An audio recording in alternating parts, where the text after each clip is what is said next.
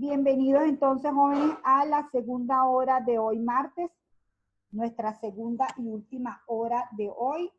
Fíjense, entonces ya hemos dicho que el Banco Central es un ente especializado que se encarga de emitir de la emisión de monedas y billetes, que esa es la emisión de dinero primario, pero que cada vez la tecnología ha hecho que la cosa se centre no en el dinero en efectivo, sino en el movimiento de las reservas bancarias, porque las transacciones se hacen a través de transferencias entre cuentas en los bancos.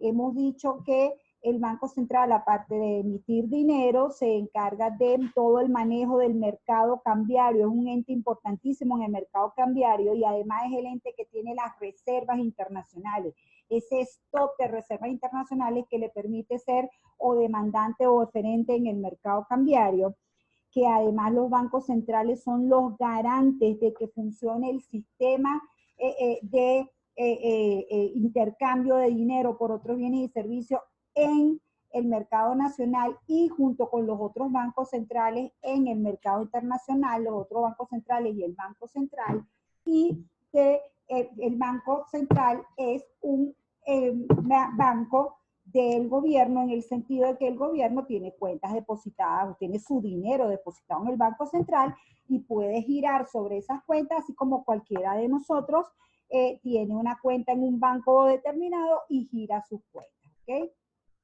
La función más importante entonces del Banco Central es la que tiene que ver con que aplica política monetaria, es decir, que él controla o puede controlar la cantidad de dinero, aunque como hemos visto no lo hace directamente, sino lo hace indirectamente a través de la base monetaria, y que con base monetaria y multiplicador monetario se obtiene el resultado final del movimiento de la cantidad de dinero. El punto es que la base monetaria va a generar ese movimiento importante o va a ser el componente más determinante en los movimientos de la cantidad de dinero, y en ese sentido, desde el punto de vista teórico, se tiene perfectamente claro por una teoría que se llama la teoría cuantitativa del dinero, que el Banco Central con su política monetaria, es decir, con su decisión de aumentar o disminuir la cantidad de dinero en la economía, va a afectar al PIB nominal de la economía, ¿ok? ¿Por qué? Bueno, porque el PIB real se va a determinar en el mercado de bienes y servicios y toda la relación, en el mercado de factores productivos, y toda la relación de la cantidad de dinero va a generar lo que es el nivel general de precios, ¿ok? En ese sentido, el Banco Central determina el nivel general de precios y determina el movimiento del nivel general de precios. Como saben, el movimiento del nivel general de precios es lo que conocemos inflación, cuando ese movimiento es positivo, cuando ese movimiento es hacia el alza. También, a partir del conocimiento de que la economía en el corto plazo, no todos los precios son flexibles, pues entonces se sabe que en el corto plazo se pierde la famosa neutralidad del dinero clásica, y entonces un poco se rompe este circuito donde la cantidad de dinero solo influye en los precios y puede influir también en el PIB real. El mecanismo por el que influye en el PIB real tiene que ver con que manipula la tasa de interés, y la tasa de interés es una variable que interviene en las decisiones de inversión, y la inversión es un componente de la demanda agregada. ¿Okay? Entonces, en líneas generales, la política monetaria del Banco Central sabe que dependiendo de lo que decida hacer con la cantidad de dinero, con la base monetaria, perdón, va a influenciar en la cantidad de dinero. Que si él decide aplicar una política monetaria expansiva, va a aumentar la cantidad de dinero y con ello va a conseguir una baja de la tasa de interés. Esto puede afectar el crecimiento económico porque esa baja en la tasa de interés va a influenciar la inversión y va a aumentar la demanda agregada. Al haber mayor demanda agregada, mayores ventas, los productores van a sentirse ganados a producir más bienes y servicios. Por supuesto, la economía no puede estar en pleno empleo, la economía tiene que tener capacidad ociosa, porque si no, si la economía tiene capacidad, ya está al tope de su capacidad, lo que va a ocurrir es que en vez de aumentar el PIB real, van a aumentar son los precios. En líneas generales y en definitiva, el Banco Central influencia o determina el PIB nominal, bien sea que lo haga por la influencia que tenga directamente sobre el PIB real o por la influencia que tenga solamente en el PIB, en el nivel general de precios, o por el impacto que tenga sobre los dos, ¿sí? Al final, estamos hablando siempre de que el dinero es una relación, o sea, todo precio de la economía es una relación, un intercambio de dinero por otro bien, así que lo que suceda con el dinero va a impactar lo que pase con los precios. Una relación directa, jóvenes, a nivel macroeconómico, ¿sí? Ahí se rompe todo el esquema microeconómico de que los precios dependen de la oferta y de la demanda. No, a nivel macroeconómico, el nivel general de los precios está íntimamente relacionado a lo que pase con las decisiones de política del Banco Central, ¿sí? Entonces, lo que queremos establecer ahora es cómo hace el Banco Central para mover la cantidad de dinero en la práctica. O sea, no se trata de que el Banco Central tiene la maquinita ahí prendida y si se necesita más dinero, aumentar la cantidad de dinero, él prende la máquina y saca unos billeticos calientes, o si necesita bajar la cantidad de dinero, entonces agarra y recoge de los bancos la cantidad de efectivo. No, ya no funciona para nada ni remotamente de esa manera, sino que todo es a través del balance contable del Banco Central, ¿sí? El Banco Central va a tener su balance analítico, que llamamos, porque lo vemos desde el punto de vista del mercado monetario, va a tener sus pasivos y va a tener sus activos. Entonces, siempre que mueva sus activos, va a generar un movimiento de sus pasivos, es decir, va a mover la base monetaria. Entonces, cuando se mueve la base monetaria, dependiendo del multiplicador, va a mover la cantidad de dinero. Entonces, al final, los instrumentos de política económica, de política monetaria, lo que son es instrumentos que permiten mover los activos al Banco Central. Los activos los vamos a tener en dos grandes grupos. Activos externos netos, de donde estamos hablando de las reservas internacionales. Recuérdense que los activos externos netos son oro monetario, divisas, cuentas corrientes en divisas que tenga el Banco Central en bancos extranjeros como el Banco de Basilea. Un instrumento que tiene con el Fondo Monetario Internacional, realmente son dos, uno que se llama posición en el Fondo Monetario y otro que se llama derechos especiales de giro. Todos esos instrumentos están en divisas, valorados en divisas. ¿Qué hace el Banco Central? Esas reservas internacionales las multiplica por el tipo de cambio y las tiene como parte de la cantidad de dinero por el lado de los activos. ¿Okay? Es muy importante que ustedes recuerden que las reservas internacionales tienen su componente en dólares, ¿verdad? Y sus movimientos dependen de los movimientos de la balanza de pago, y su contrapartida la tienen aquí en el mercado monetario de parte de la base monetaria como activos externos. ¿Okay? En el caso de el otro componente son los activos internos netos, y dentro de esos activos internos netos va a estar los créditos que le haga el gobierno, el Banco Central al gobierno, los créditos que le haga a los otros bancos y créditos que pueda hacer a los privados. Además, que el Banco Central va a ser el ente que coloca los bonos que son emitidos por el gobierno, y esos bonos que van a estar moviéndose en el mercado secundario, el Banco Central puede decidir, dependiendo de lo que quiera hacer con la cantidad de dinero, puede decidir comprar o vender bonos. Entonces, siempre que hablamos de instrumentos de política monetaria, lo que estamos hablando es de activos del Banco Central, los cuales él puede decidir aumentar o disminuir en un momento dado. Siempre teniendo claro que el Banco Central es el único ente que cuando va a pagar un activo, no lo hace con otro activo, sino lo hace con un pasivo, lo hace con la base monetaria. Es decir, el Banco Central tiene las monedas y billetes y las reservas bancarias, pero realmente nada de este dinero es suyo. Pero con este dinero que está aquí, él mueve sus activos y aumenta o disminuye esto. Es importante entender que esto es un asunto contable, jóvenes, que siempre que el Banco Central decide aumentar un activo y de contrapartida aumenta la base monetaria, lo que está haciendo es contablemente crear más dinero. Es aquí donde ocurre lo que uno pudiera llamar la magia de la creación del dinero.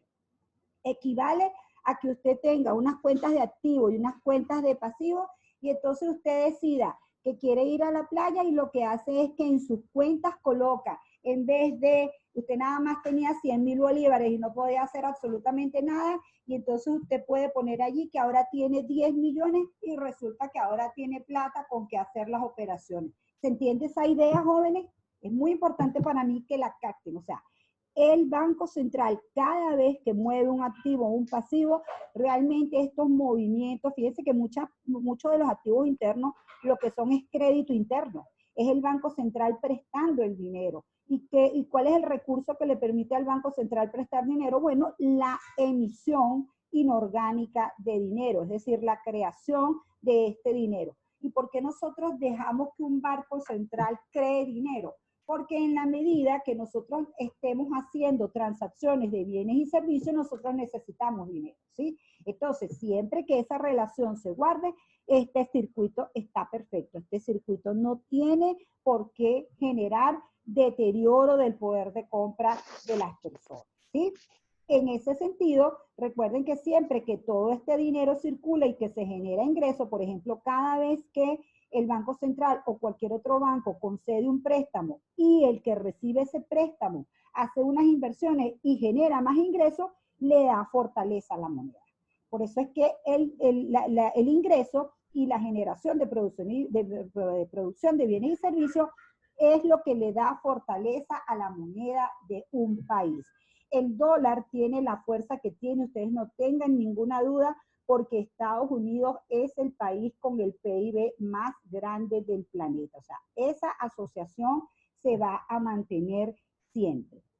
Y al final, repito, cada vez que yo quiera aumentar la base monetaria como institución, como Banco Central, estoy aplicando política monetaria expansiva y para ello he tenido que subir los activos internos o los activos externos.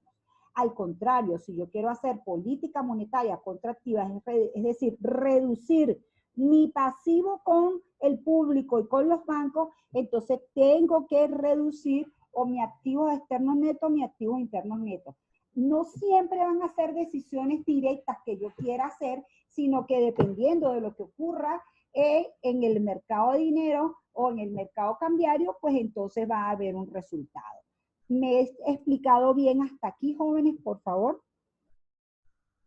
¿Alguien tiene alguna duda? Yo, profe, que quería saber en qué momento de todo ese proceso llega el punto donde se da dinero inorgánico. Fíjate, el dinero inorgánico siempre lo vas a ver como una expresión de variación porcentual que esté por encima de qué con qué.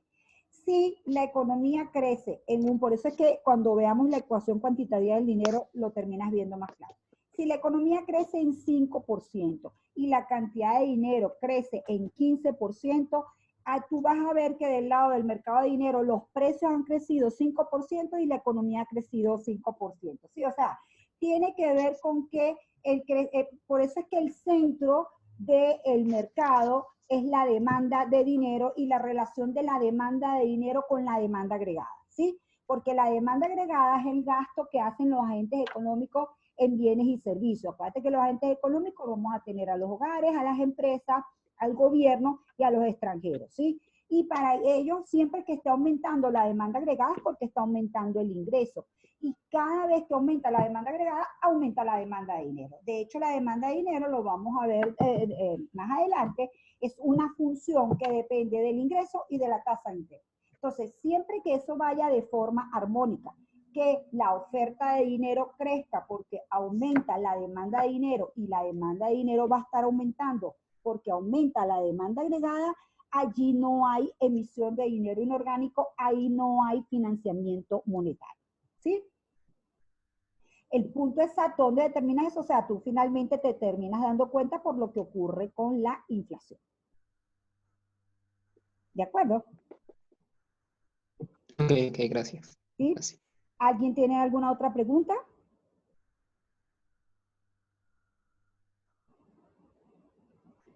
Fíjense, como siempre, entonces les tengo un diagramita que me los va a ubicar perfectamente en lo que es la política monetaria, no desde el punto de vista teórico, sino desde el punto de vista práctico. O sea, en la práctica, cómo los bancos centrales aplican política monetaria y para qué lo hacen.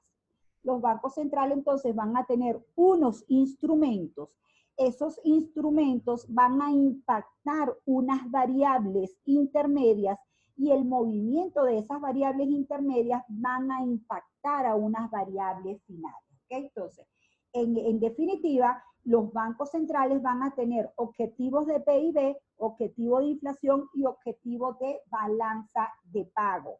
Si recuerdan, estos son los objetivos macroeconómicos, ¿sí? Los objetivos macroeconómicos tienen que ver con aumento del PIB, control de la inflación y la balanza de pagos aquí sería un equilibrio del sector externo de la economía, ¿ok? En todas estas variables el Banco Central tiene cosas que decir. Entonces, los instrumentos con los que cuenta el Banco Central son la intervención en el mercado cambiario que va a estar moviendo las reservas internacionales.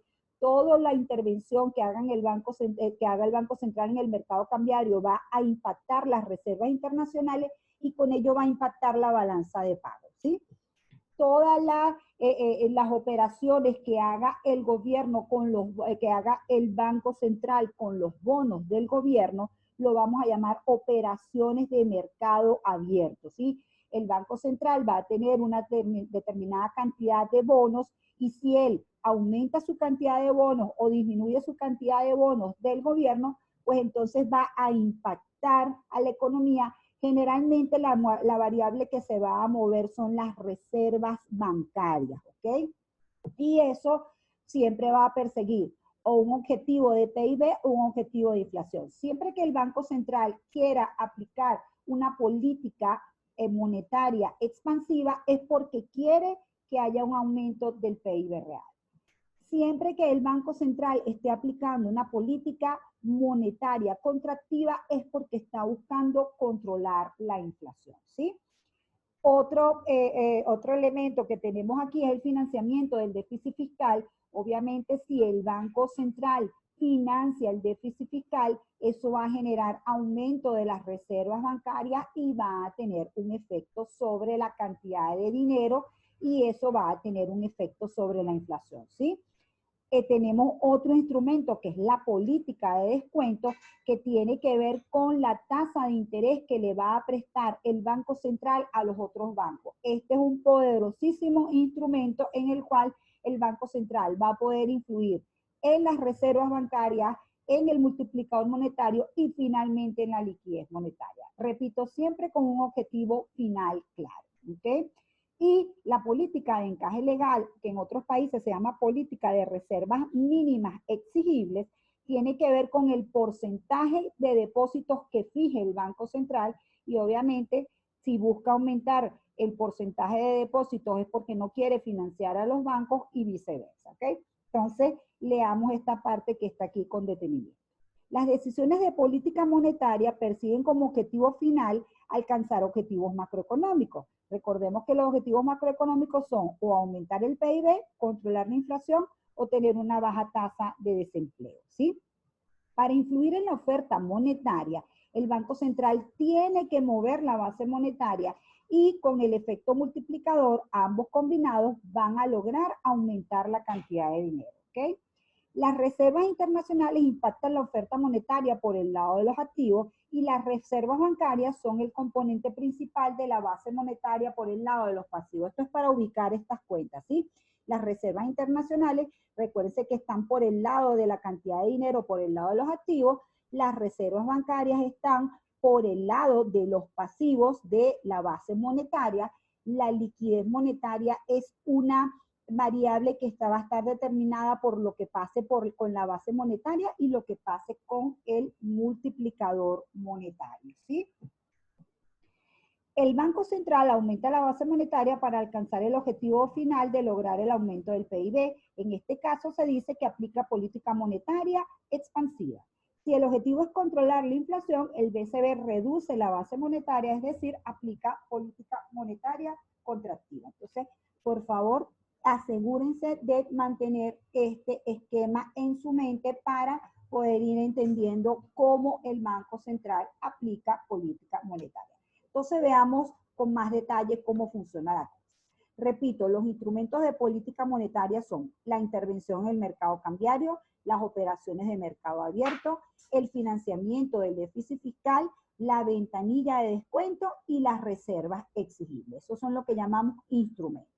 ¿Qué ocurre en la intervención en el mercado cambiario? El Banco Central compra y vende divisas en el mercado cambiario. Generalmente lo hace para mantener el tipo de cambio dentro de una banda establecida o para contrarrestar perturbaciones que amenacen con desestabilizar la economía. Para ustedes es ampliamente conocido que este es un mundo interconectado y puede usted tener una economía muy sólida y de repente ocurre una tragedia como que aparece un nuevo virus que dicen las malas lenguas que fue creado por allá en China y se le descalabra toda su economía, ¿sí? De un momento a otro empieza tiene usted que paralizar la economía, mantener la gente en su casa y eso genera una caída del ingreso, ¿ok? Y eso va a generar que el Banco Central tenga que actuar en la economía, va a recibir un shock y bueno, eso lo puede hacer a través de diferentes formas.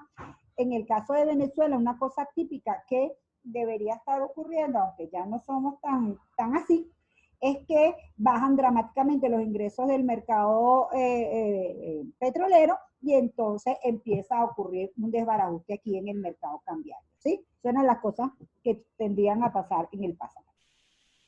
El caso es que la compra-venta del mercado cambiario impacta de la siguiente manera. Fíjense, cuando el Banco Central compra divisas, ¿verdad? Es decir, él está aumentando sus activos de divisas, ese aumento de divisas implica que haya un aumento también de la base monetaria. Siempre que él compre divisas, va a generar un aumento de la base monetaria porque tiene que pagar esas divisas que está comprando y la forma de pagarlo es con dinero, ¿ok?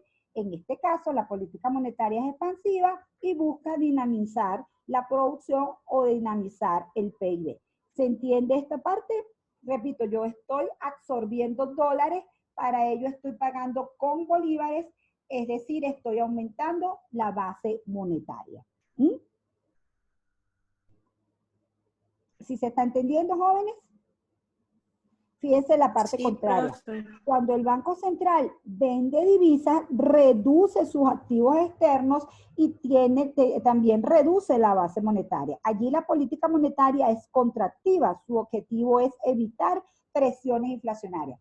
Fíjense que lo tienen que ver de la siguiente manera. Cuando el Banco Central vende divisas, se está deshaciendo de un activo y ahora le debe menos al público. Por eso es que la base monetaria en este sentido la vemos como una reducción, ¿sí?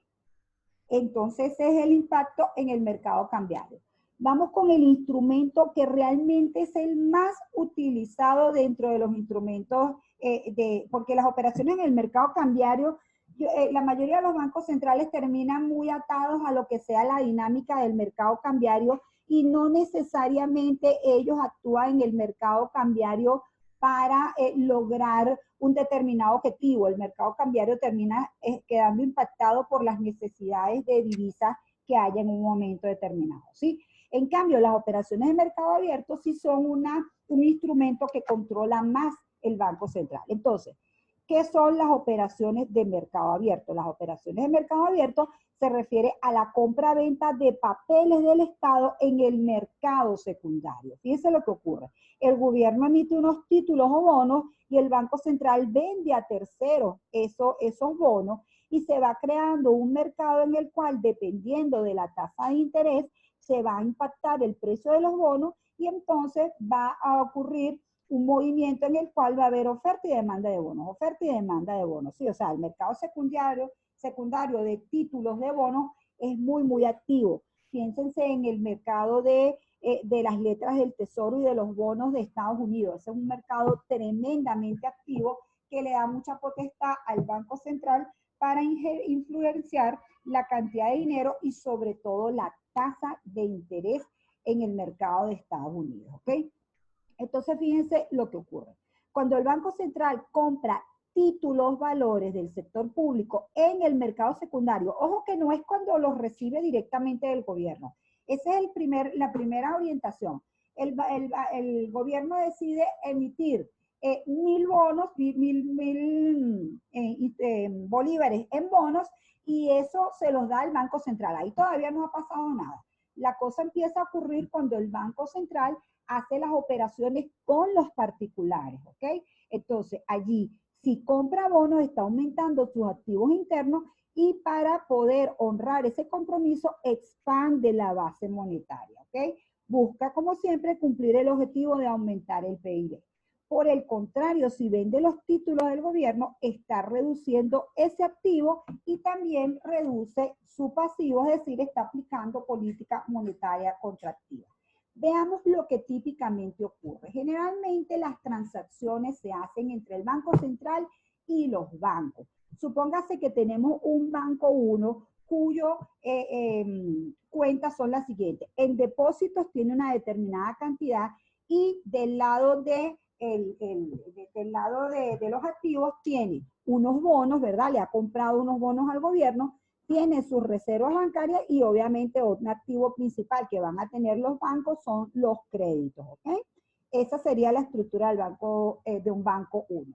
En el caso del Banco Central vamos a tener la estructura como la conocemos, del lado de los pasivos, las monedas y billetes y las reservas bancarias, del lado de los activos externos netos y los activos internos netos. Dentro de estos activos internos netos van a estar los bonos, ¿ok?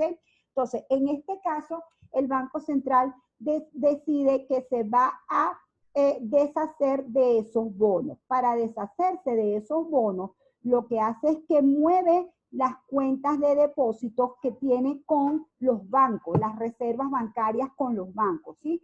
Entonces, fíjense, si quiere lo vemos del lado de los bancos. El banco va a comprar 1.000 bonos al Banco Central, ¿sí? Entonces, él ahora va a tener 1.000 en bonos y ha tenido que restar 1.000 de reservas bancarias porque le ha pagado al Banco Central estos bonos que ahora tiene, ¿sí? Del lado del Banco Central, ¿qué ha ocurrido? Bueno, que ya no tiene los bonos y que tampoco existe el monto de las reservas bancarias porque en la parte de los bancos, fíjense que no ha cambiado para nada los depósitos, pero ha ocurrido una reducción de las reservas bancarias, con lo cual los bancos han cambiado reservas bancarias por bonos.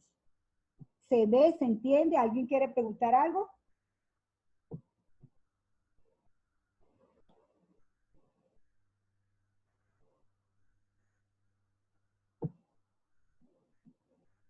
Seguro que está todo bien, jóvenes, que todo el mundo me está entendiendo. Bien, espero que sea así. Sí, profe, sí se entiende. Vamos con la parte del financiamiento del déficit. Fíjense que esta parte es importante. El gobierno puede financiar su déficit pidiendo prestado al Banco Central. O sea, de poder puede, ¿ok? Cuando el Banco Central le presta al gobierno directamente, ocurre creación de dinero inorgánico, porque el gobierno está aprovechando la potestad del Banco Central de emitir dinero para que le preste ese dinero. Sí, es decir, el Banco Central realmente puede aumentar la base monetaria con cualquier activo que cree, porque el Banco Central al final crea esos activos, ¿sí? Y entonces expande la base monetaria en ese sentido. Le da un crédito al gobierno, ese crédito al gobierno se lo deposita en sus cuentas y vamos a obtener allí directo la creación o el financiamiento monetario. Ya no se le dice tanto dinero en orgánico por el tema de que cada vez es menos el efectivo que circula en la economía, ¿sí? La facultad de crear dinero le permite al Banco Central crear sus propios ingresos para financiar sus cuentas. Eso es lo que se conoce como señoriaje. Entonces, siempre que ustedes escuchen hablar de señoriaje, se trata de la facultad que tiene el Banco Central de crear dinero para pagar sus cuentas y en ese sentido, la facultad que por añadiduría tiene el gobierno de pagar sus cuentas con la creación de dinero del Banco Central, ¿ok? ¿Por qué esto se llama señoriaje? Bueno, porque en la época feudal, los señores feudales también podían o lo hacían, emitían dinero dependiendo de, o sea, dinero que circulaba dentro de su hato, dentro de su territorio. Tenían esa potestad de crear dinero y de allí quedó el término de señoriaje. Entonces, una cosa es el señoriaje y otra cosa es el impuesto inflacionario. ¿Qué es el impuesto inflacionario? Cada vez que el gobierno financia su déficit con los recursos del Banco Central, aumenta la cantidad de dinero, es decir, hay creación de base monetaria, hay expansión de base monetaria. La presión sobre la inflación provocada por la pérdida de valor del dinero es una extracción de renta que hace el dueño del dinero, en este caso el gobierno, y que equivale a un impuesto inflacionario. ¿Okay? En otras palabras, jóvenes, la potestad que tiene el gobierno de imprimir dinero para pagar sus cuentas a través del Banco Central se llama señoreaje. Cuando ejecuta esa potestad, cuando decide financiarse con dinero creado por el Banco Central, un dinero que no estaba respondiendo a movimientos de la demanda agregada ni de la demanda de dinero, entonces le quita poder a la moneda y eso se traduce para nosotros en un impuesto inflacionario.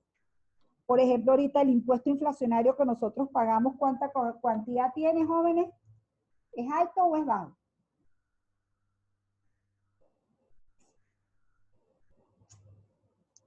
Alto. Altísimo, ¿verdad? Brutalmente alto. Ok.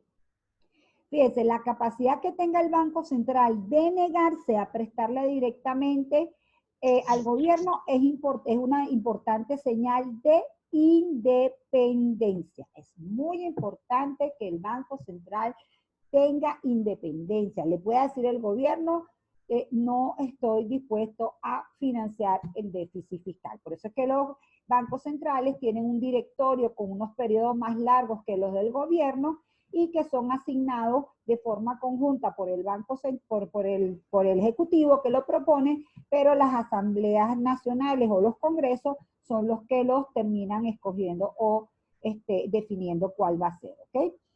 Entonces, bueno, ventanilla de descuento. El Banco Central concede préstamos a los bancos para que puedan cumplir con la exigencia de las reservas bancarias. La ventanilla de descuento o la tasa de descuento siempre la tienen que asociar con operaciones de préstamos que ocurren entre el Banco Central y los bancos.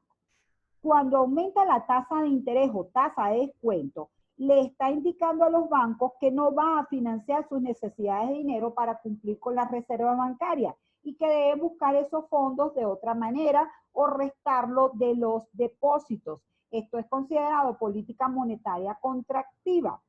En el balance del Banco Central se reduce el activo crédito a los bancos y con él la base monetaria.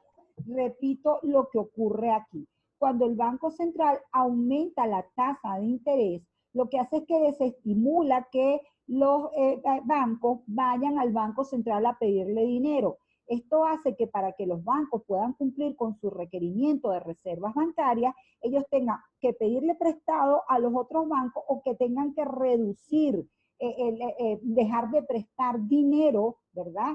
Y mantenerlo congelado en reservas bancarias. Entonces, cuando hace eso, le está quitando potencia al multiplicador, ¿ok? Es más fácil entenderlo desde el punto de vista de cuando ocurre la expansión. Fíjense. En el caso contrario, si el Banco Central desea expandir la base por esta vía, es decir, si desea utilizar la ventanilla de descuento, baja la tasa de descuento y amplía esta fuente de financiamiento. ¿Qué va a ocurrir cuando baja la tasa de descuento? Los bancos van a ir al Banco Central y se van a endeudar con el Banco Central. Aumenta entonces el activo que se llama ventanilla de descuento o financiamiento a los bancos directamente y con eso también aumenta la base monetaria y aplica a través del multiplicador un aumento de la cantidad de dinero. ¿Ok? Entonces, esta es la forma como se aplica política monetaria expansiva o contractiva con la figura de ventanilla del descuento. Esta es una figura que se usa muchísimo o que se ha usado muchísimo en Venezuela, también la de operaciones de mercado abierto, por supuesto. A nivel internacional, repito, lo que más se utiliza es operaciones de mercado abierto y más bien este tema de la ventanilla de descuento se utiliza para darle liquidez a los bancos cuando no están suficientemente líquidos, ¿ok? Les recuerdo lo que les había dicho hace ratico, los bancos también se prestan fondos entre ellos para solventar una situación transitoria en la cual se encuentren sus reservas bancarias por debajo de lo que es obligatorio y los bancos que tienen excedentes de reservas bancarias se los prestan a los bancos que tienen déficit de reservas bancarias y la tasa a la que se prestan el dinero se llama tasa overnight. Cuando uno escucha que la tasa overnight se está disparando, sabe que hay algunas restricciones de liquidez dentro del sistema financiero y el Banco Central tiene que actuar rápidamente para inyectar recursos a la economía. ¿Okay? Y finalmente, las reservas exigibles o encaje legal ya es propiamente el porcentaje, ¿sí? El Banco Central modifica o puede modificar directamente el porcentaje de depósito que le exige a los bancos como reservas bancarias.